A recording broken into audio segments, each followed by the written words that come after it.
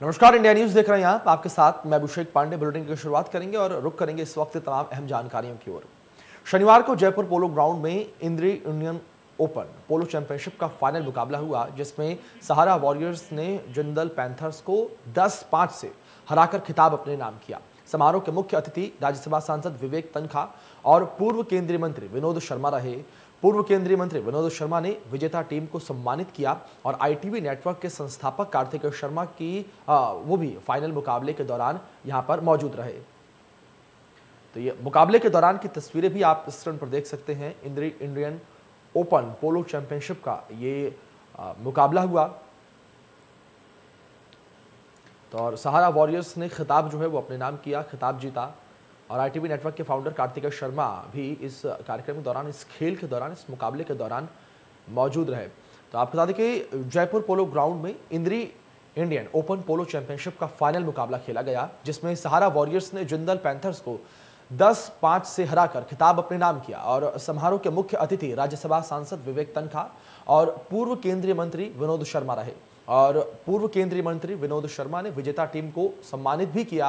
ITV networks के संस्थापक कार्तिक शर्मा भी फाइनल मुकाबले के दौरान मौजूद रहे।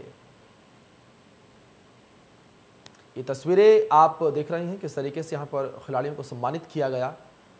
पूर्व केंद्रीय मंत्री विनोद शर्मा ने टीम को सम्मानित किया और उस दौरान की तस्वीरें आपके स्क्रीन पर हैं। आप देख सकते हैं किस तरीके से यहाँ पर सहारा वॉरियर्स ने ये खिताब अपने नाम किया और किस तरीके से खिलाड़ियों को यहाँ पर सम्मानित किया। वहीं दूसरी ओर आईटीवी नेटवर्क्स के प्रमोटर यहाँ पर कार्तिक शर्मा भी मौजूद रहे। ये तस्वीर आपके स्क्रीन पर है, देख सकते हैं किस तरीके से पोलो चैंपियनशिप का ये मुकाबला खेला गया।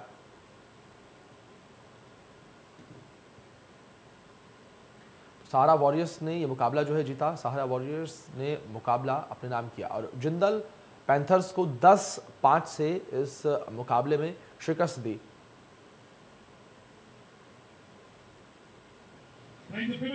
सहारा वॉरियर्स ने ओपन का खिताब जीता है लगातार चौथी बार, और इसके अलावा इस चैंपियनशिप में 9 बार कुल मिलाकर उन्होंने इस तमाम चैंपियनशिप्स में भाग लिया, 8 बार खिताब जीता। पद्मनाभ जो मोस्ट वैल्यूएबल प्लेयर हैं उनसे जानते हैं, कैसा अनुभव रहा आपका इस बार? नहीं, बहुत अच्छा गेम था। दोनों टीमें बहुत अच्छा खेली। आज हम लकी थे कि हम विजयी रहे, बट दूसरी टीम ने हमें बहुत बराबर की टक्कर दी और मैं थैंकफुल हूँ कि हम लोग जीते।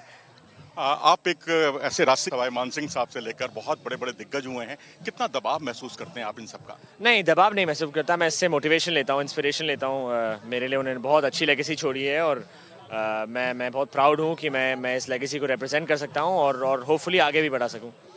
भारत में अगर देखा जाए तो जयपुर, राजस्थान, महाराष्ट्र या दिल्ली या पोलो का दायरा 3 या 4 राज्यों तक सिमट कर रह गया है, कितना कचोटता है आपको?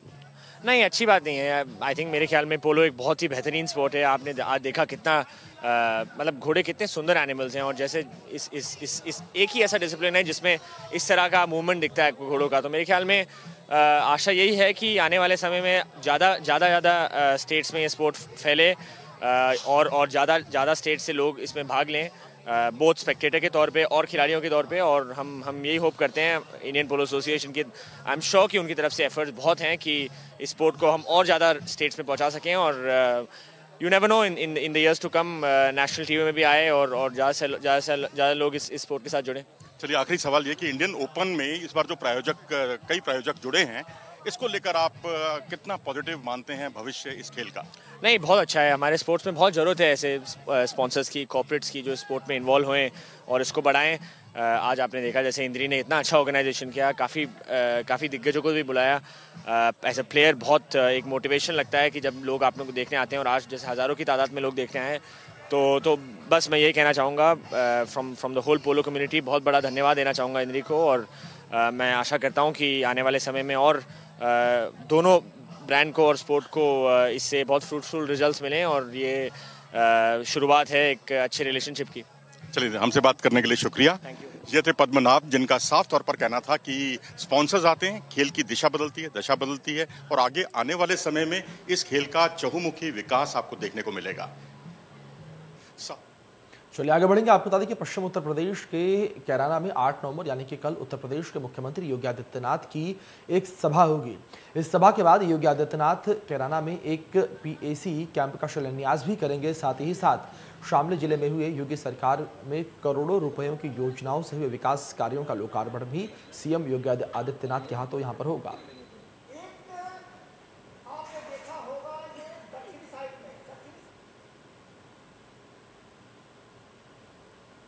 तो वहीं किसान नेता राकेश टिकैत ने एक बार फिर से अपनी चेतावनी दोहराई है।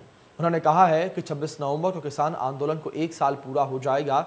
इससे पहले 22 नवंबर को लखनऊ में किसानों की एक मीटिंग होनी है, जिसमें 27 नवंबर को लेकर रणनीति तैयार होगी। सोमवार को भी राकेश टिकैत हरियाणा में होने वाली पंचायत में शामिल होने जा रहे हैं। गाजीपुर बॉर्डर पर मीडिया से बातचीत में उन्होंने एक बार फिर से कहा है कि त्यौहार खत्म हो चुके हैं, अब आगे की रणनीति पर पुरजोर तरीके से काम करना है और 26 तक मांग पूरी नहीं हुई तो 27 को रिपेयर वर्क शुरू होगा। धन्यवाद।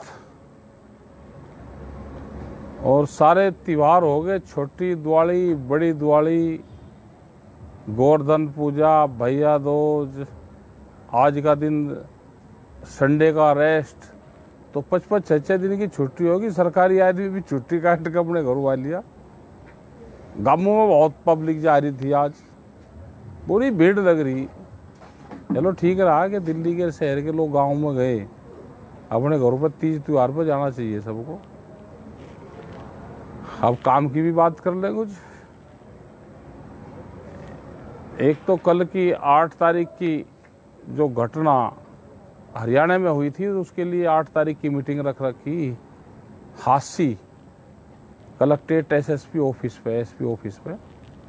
तो वहाँ पे कल जाएंगे, 12 बजे तक पहुँच जाएंगे हम भी। तो सभी लोग उससे ये हैं कि जो भी लोग वहाँ पे जा सकते हो तो वे लोग वहाँ पे पहुँचे। तो वहीं अलीगढ़ के बीएसपी से 2019 में शहर विधानसभा सीट से प्रत्याशी घोषित किए गए डॉक्टर मिराज अली ने गंभीर आरोप लगाए हैं। उनका कहना है कि टिकट घोषित करने के दौरान बहन मायावती ने पहले बुलाकर 35 लाख लिए, उसके बाद मुख्य सेक्टर प्रभारी मुनकाद अली और सूरज सिंह ने धीरे धीरे करके लगभग 80 से 90 लाख। इन लोगों ने किसी दूसरे प्रत्याशी का टिकट फाइनल करने का फैसला करने के बाद उनके प्रत्याशी पद की उम्मीदवारी से बेदखल कर दिया गया। और डॉक्टर मिराज अली का आरोप है कि जब उन्होंने शुभकामना संदेश का विज्ञापन अखबार में छपवाया तो बीएसपी के जिला अध्यक्ष रतनदीप ने फोन करके उनसे पदनाम न लिखने और उनके टिकट से वंचित करने की बात कही। और डॉक्टर मिराज अली का कहना है कि अन्य किसी प्रत्याशियों को घोषित किया गया है तो उनके द्वारा दिया गया पैसा उनको वापस किया जाए। मिलने के लिए गए, जन्मदिन आने वाला था अगले जनवरी में, तो हम लोग फिर 20 तारीख को बहन जी से मिलने के लिए गए। हम बहन जी से मुलाकात हमने की और जो भी कुछ हमने बहन जी से मुलाकात हुई, सब बातें अपनी समस्या बताई। तो बहन जी ने मुझे बताया कि हमने आपका लेटर पढ़ा और लेटर में अच्छी बातें आपने लिखी और यही होना चाहिए। तो अब उसमें उसके बाद बहन जी ने कहा कि हम आपको कोऑर्डिनेटर बनाते हैं। मुझे 2 मंडल का कोऑर्डिनेटर बहन जी ने और रेडियो केशव जी से बहन जी ने सिफारिश करके मुझे कोऑर्डिनेटर 2 मंडल का बनवा दिया, आगरा और अलीगढ़ मंडल का। खैर मैंने बहन जी से रिक्वेस्ट की कि बहन जी मैं 2 मंडल नहीं संभाल सकता क्योंकि मेरा अपना छोटा सा अस्पताल है, मैं बिजी रहता हूँ। तो बहन जी ने फिर मेरा काट के मुझे 1 मंडल अलीगढ़ मंडल का कोऑर्डिनेटर बना दिया। तो और मैं उसको अपने काम में देखता रहा। फिर बहन जी का जन्मदिन है, हम लोगों ने बड़ी धूमधाम से मनाया। जो भी उसकी तैयारियां थी, जो खर्चा था वो हमने किया, पूरा अच्छे से सबने मिलकर किया और बहुत अच्छी हमारी पार्टी उस वक्त चल रही थी। सारे लोग, कोई मनमुटाव की बात नहीं थी, सब बढ़ चढ़ के हिस्सा लेते थे, रात दिन मेहनत करते थे, दिलो जान से मेहनत करते थे। उसके बाद क्या हुआ कि ये जो है, अब अगली मीटिंग में हम जब गए तो बहन जी ने कहा कि भाई तुम्हें इलेक्शन लड़ना है और चूंकि ये सिफारिश कर चुके थे हमारे रणवीर कश्यप जी कि तुम्हें इलेक्शन लड़ना है, इसलिए तुम अभी तैयार। तो वहीं बिजनौर के मांडवाली थाना क्षेत्र के सिकरोड़ा में एक 6 साल की मासूम बच्ची के साथ दुष्कर्म का मामला सामने आया। बताया जा रहा है कि बच्ची पढ़ने के लिए जा रही थी। एक दरिंदे ने बच्ची को बहला फुसलाकर खेतों पर जाने वाले रास्ते पर नदी के पास ले गया, जहां पर वह दुष्कर्म की वारदात को अंजाम दिया।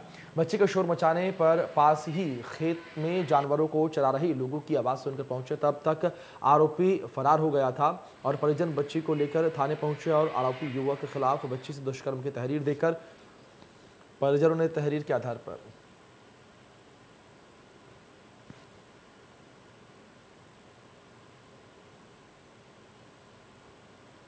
चलिए आगे बढ़ते हैं। आपको बता दें कि पूर्वांचल एक्सप्रेसवे पर 16 नवंबर से अब गाजीपुर के लिए लोग फर्राटा भरेंगे। दरअसल 16 नवंबर को देश के प्रधानमंत्री नरेंद्र मोदी पूर्वांचल एक्सप्रेसवे जनता के लिए सुपुर्द करेंगे और गाजीपुर के मरदह इलाके में पूर्वांचल एक्सप्रेसवे के पैकेज 8 का इंडिया न्यूज ने जायजा लिया, जो अब गाजीपुर से पूरी तरीके से तैयार है। यहां पर टोल प्लाजा भी तैयार हो चुका है। बता दें कि पूर्वांचल एक्सप्रेसवे से 4 घंटे में लखनऊ पहुंचने का लोगों का सपना जल्द ही पूरा होने वाला है। त्योहारों के मद्देनजर गाजीपुर वासियों सहित पास के जिले मऊ और बलिया जिले के लोगों को भी इसका लाभ सीधे तौर पर मिलेगा। पूर्वांचल एक्सप्रेसवे के रूप में अब पूर्वांचल वासियों को बड़ा तोहफा मिलने जा रहा है।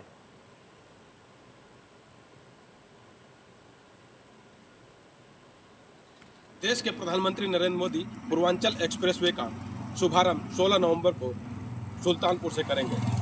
अगर हम पूर्वांचल एक्सप्रेसवे की बात करें तो पूर्वांचल एक्सप्रेसवे गाजीपुर में पूरी तरीके से तैयार हो गया है।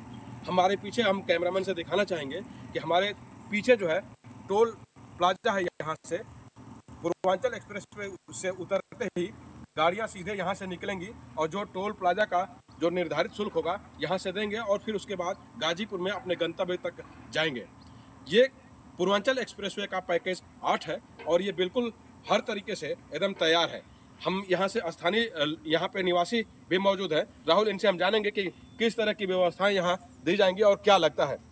राहुल जी, देखा जाए एक तरह से कि पूर्वांचल एक्सप्रेसवे आम जनता के लिए प्रधानमंत्री 16 नवंबर को सुपुर्द कर देंगे। यहाँ से आवागमन शुरू हो जाएगा। फिलहाल यहाँ के मौजूदा अगर व्यवस्था की बात की जाए तो क्या लगता है? यह एक देश के प्रधानमंत्री ने जो सौगात दी है पूर्वांचल वासियों के लिए, विशेष तौर से गाजीपुर जनपद के लिए गौरव का विषय है। साथ ही साथ पड़ोसी जनपद मऊ तथा बलिया के लोगों को काफ़ी सहूलियत मिलेगी। कम समय में दूरी तय करके हम लोग राजधानी तक पहुँच जाएंगे। साथ ही साथ इस क्षेत्र के लोगों को रोजगार, सुरक्षा, हर तरह से मुस्तैदी मिलेगी। सामने देख रहे हैं टोल प्लाजा जो स्थित है, यह मर्द थाना क्षेत्र के अंतर्गत हैदरगंज गांव के समीप में स्थित है, जहां से लोगों को गुजरना पड़ेगा। बिल्कुल, अगर हम बात करें यहां से गाजीपुर और लखनऊ की दूरी, तो राहुल क्या बताया जा रहा है, कितनी दूरी है? 350 किलोमीटर लगभग दूरी। अगर हम समय की बात करें तो कितना लगभग 4 घंटे। आम सामान्य से जाएगा, यात्रा करेगा तो 4 घंटे में लखनऊ राजधानी पहुँच जाएगा। देखा जा रहा है कि बीच में चूंकि अभी ये पूर्वांचल एक्सप्रेसवे तैयार हो गया है, हालांकि आवागमन भी फिलहाल अभी लोगों ने पारंपरिक तरीके से शुरुआत कर दी है, लेकिन अगर हम हादसों की बात करें तो इस पे क्या लगता है आपको? अब हादसों की बात है कि आने वाले समय में ठंड का मौसम है, कुहेसा है, इससे लोगों को काफ़ी अपने रूप से यातायात नियमों का पालन करके यात्रा करना पड़ेगा, नहीं तो काफ़ी कठिनाइयों का सामना होगा। बिल्कुल, ये थे स्थानीय निवासी राहुल सिंह। इनसे भी हम लोग जाने। मात्र 3 से 3.5-4 घंटे के आसपास जो है आप लखनऊ की यात्रा तय कर पाएंगे। पूर्वांचल एक्सप्रेसवे ये गाजीपुर के लिए एक सौगात के रूप में है। जो 7 से 8 घंटे 10 घंटे के आसपास जो है लगते थे लखनऊ पहुंचने में, वो अब कम समय में लोग दूरियां तय कर पाएंगे। प्रधानमंत्री के 16 नवंबर को इसकी शुरुआत करेंगे, इसका शुभारंभ करेंगे और ये सुचारू रूप से आम जनता के लिए आवागमन चालू हो जाएगा। Alok Tripathi, India news. तो वहीं बीजेपी प्रदेश अध्यक्ष स्वतंत्र देव सिंह ने केंद्र और राज्य सरकार की योजनाओं पर चर्चा के दौरान कहा कि देश में गरीब हो या पिछड़े हो, सभी को एक समान मोदी देख रही हैं। प्रधानमंत्री नरेंद्र मोदी के नेतृत्व में देश आगे बढ़ रहा है और ठीक रास्ते पर बढ़ रहा है। राजनीतिक दलों की सत्ता जाने पर संघर्ष की स्थिति नहीं रहती है। बहुत से कार्यकर्ता सेवा काल में हमारे साथ छोड़कर चले गए। भारतीय जनता पार्टी के नेतृत्व में उत्तर प्रदेश हो चाहे अन्य राज्यों में जहां चुनाव होने वाले हैं, उस राज्य में राज्य के अंदर आदरणीय योगी जी के नेतृत्व में, और ये चुनाव हम लोग जो ने वृत्त निवेदन किया, जो स्थितियां चल रही, संगठन की गतिविधियां चल रही है, सरकार अपना पक्ष, मैं संगठनात्मक पक्ष रखा अपना विषय, और जो गतिविधियां चल रही हैं हमारी, चाहे विधानसभा का सम्मेलन हो, बूथ का सत्यापन हो, पन्ना प्रमुख हो, और वास्तव में कार्यकर्ताओं ने जिस प्रकार उत्तर प्रदेश में परिश्रम की पराकाष्ठा कर रहे हैं, और कार्यकर्ता जैसे तपस्वी कार्यकर्ता भारतीय जनता पार्टी के और समर्पित कार्यकर्ता राष्ट्र के लिए हैं, देश के लिए हैं, समाज के लिए हैं, और आने वाला समय 2022 जैसे 2014 की सफलता मिली है, 2017, 2019, उसी तरह 2022 का भी ऐतिहासिक जीत कार्यकर्ताओं की बदौलत हम करेंगे और उन्हीं के दम पर करेंगे। आदरणीय योगी जी का नेतृत्व, उनकी ईमानदारी, उनका विकास और आदरणीय मोदी जी के नेतृत्व में, सूझबूझ में, दमदार सरकार के आधार पर हम लोग आगे बढ़ेंगे। आज वही पूरी कार्यक्रम। तो पश्चिम उत्तर प्रदेश के कैराना में 8 नवंबर यानी कि कल उत्तर प्रदेश के मुख्यमंत्री योगी आदित्यनाथ की एक सभा होनी है। इस सभा के बाद योगी आदित्यनाथ कैराना में एक पीएसी कैंप का शिलान्यास भी करेंगे। साथ ही साथ आपको बता दें कि शामिल जिले में हुए योगी सरकार के करोड़ों रुपए की योजनाओं से हुए विकास कार्यों का लोकार्पण भी सीएम योगी आदित्यनाथ के द्वारा होगा। पश्चिम उत्तर प्रदेश का कैराना एक बार फिर सुर्खियों में है। इस बार कैराना पलायन के लिए नहीं बल्कि योगी आदित्यनाथ के कारण सुर्खियों में आया है। उत्तर प्रदेश के मुख्यमंत्री योगी आदित्यनाथ मुख्यमंत्री बनने के बाद पहली बार कैराना में आ रहे हैं। ये वही कैराना है जो पूर्व की सरकारों में कथित पलायन को लेकर काफी प्रचलित हुआ था। इस बार सीएम योगी आदित्यनाथ कैराना क्षेत्रवासियों के लिए एक बड़ी सौगात देने के लिए आ रहे हैं। पूर्व में उनके द्वारा घोषणा की गई थी कि वो कैराना में पीएससी कैंप की स्थापना करेंगे और उसी पीएससी कैंप की स्थापना करने के लिए कल वो शिलान्यास यहाँ पर कार्यक्रम करेंगे। आप देख सकते हैं कि मंच और जो भीड़ और जो उनके समर्थक यहाँ पर पहुंचेंगे उनके लिए बाकायदा बड़ा मंडप बनाया गया है, पंडाल बनाया गया है और यहाँ पर जो है पुलिस अधिकारी लगातार मॉनिटरिंग कर रहे हैं। सुरक्षा व्यवस्था के चाक चौबंद जो है इंतजाम किए जा चुके हैं। सुबह से अब तक शामली पुलिस 2 बार जो है एक अभ्यास कर चुकी है कि किस प्रकार से जो है सीएम के काफिले को जो है कैराना के इस कार्यक्रम स्थल पर लाया जाएगा। आपको बता दें, कैराना के मुद्दे को लेकर उत्तर प्रदेश के मुख्यमंत्री योगी आदित्यनाथ अनेकों प्रदेशों की चुनाव सभाओं में भी इसका उदाहरण देते हैं कि कैराना में किस प्रकार पूर्व में पलायन होता था, व्यापारियों का उत्पीड़न होता था, गुंडे, माफिया और बदमाश व्यापारियों को क्षेत्र से पलायन करने को मजबूर कर देते थे और यहाँ व्यापारियों से रंगदारी मांगी जाती थी। इसी मुद्दे को लेकर अब उत्तर प्रदेश के मुख्यमंत्री योगी आदित्यनाथ कल कैराना पहुंचेंगे और पहुंचने के बाद एक पीएससी कैंप की आधारशिला रखेंगे और सैकड़ों करोड़ से ज्यादा की कीमत की लागत से हुए शामली में विकास कार्यों का लोकार्पण करेंगे। पश्चिम उत्तर प्रदेश में राजनीति की 2 ही धुरी मानी जाती है, एक तो किसान और दूसरा कैराना। पूर्व से ही उत्तर प्रदेश के मुख्यमंत्री योगी आदित्यनाथ कैराना से गुंडागर्दी खत्म करने को लेकर लगातार तमाम प्रयास कर रहे हैं और उसी का ये असर भी हुआ था कि जब उत्तर प्रदेश में एनकाउंटर का दौर चालू हुआ था तो सबसे पहले दोहरा एनकाउंटर कैराना में ही किया गया था। कैराना में हुए इस दोहरे एनकाउंटर के बाद उत्तर प्रदेश पुलिस पूरे उत्तर प्रदेश में एक्टिव हो गई थी और लगातार तमाम एनकाउंटर उत्तर प्रदेश में होते रहे। एक बार फिर कैराना में उत्तर प्रदेश के मुखिया योगी आदित्यनाथ जो है पहली बार कैराना में पहुंच रहे हैं। वो चाहते हैं कि कैराना किसान जो पश्चिम उत्तर प्रदेश में लगातार एक किसान आंदोलन जो चल रहा है उसकी काट को लेकर सीएम योगी ने अब कैराना चुना है। तो संभावना ये भी जताई जा रही है कि वो इस मंच से किसानों के मुद्दे के साथ साथ कैराना की बात भी रखेंगे कि जिस कैराना को लेकर पूर्व में तमाम तरह के प्रयास किए जाते थे, तमाम तरह के कयास लगाए जाते थे, उन कयासों को किस प्रकार से उत्तर प्रदेश की पुलिस और योगी आदित्यनाथ की सरकार ने इस कलंक को धोया है। अब कैराना में लगातार व्यापारी और प्रशासन मिलजुल कर एक साथ अनेकों प्रकार के तमाम आयोजन यहाँ पर करते रहते हैं जो कि पूर्व की सरकारों में या पूर्व के विगत कई वर्षों में ये आयोजन देखने को नहीं मिलते थे। अब कैराना में किसी भी प्रकार से कोई भी व्यापारी के पास ना तो रंगदारी की चिट्ठी आती है और ना ही किसी व्यापारी ने पिछले 4.5 वर्ष के योगी सरकार के कार्यकाल में पलायन ही किया है। कैराना में कल उत्तर प्रदेश के मुख्यमंत्री योगी आदित्यनाथ पहुंचेंगे और यहां पर एक पीएससी कैंप का उद्घाटन करेंगे। इस कार्यक्रम को भव्य बनाने के लिए उत्तर प्रदेश सरकार में कैबिनेट गन्ना मंत्री सुरेश राणा ने कमर कस ली है। सुरेश राणा की देखरेख में इस पूरे कार्यक्रम का आयोजन किया जा रहा है और बताया जा रहा है कि इस कार्यक्रम में तकरीबन 30,000 से ज्यादा भाजपा समर्थक और कार्यकर्ता माननीय मुख्यमंत्री योगी आदित्यनाथ जी को सुनने के लिए पहुंचेंगे। आपको बता दें कि कैराना में मुख्यमंत्री योगी आदित्यनाथ उन परिवारों से भी मुलाकात करेंगे जो कैराना से पलायन कर वापस चले गए थे, लेकिन अब भाजपा की सरकार बनने के बाद में कैराना में वो वापसी कर चुके हैं। कैराना में ऐसे परिवारों से मिलने के लिए बाकायदा सरकारी कार्यक्रम भी जारी हुआ है।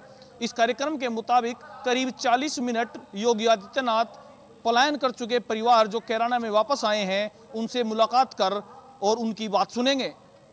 Varun Pawar, India news, Shamli. चलिए, बुलेटिन में फिलहाल के लिए इतना ही। तमाम बड़ी अपडेट्स के लिए आप बने रहिए इंडिया न्यूज के साथ।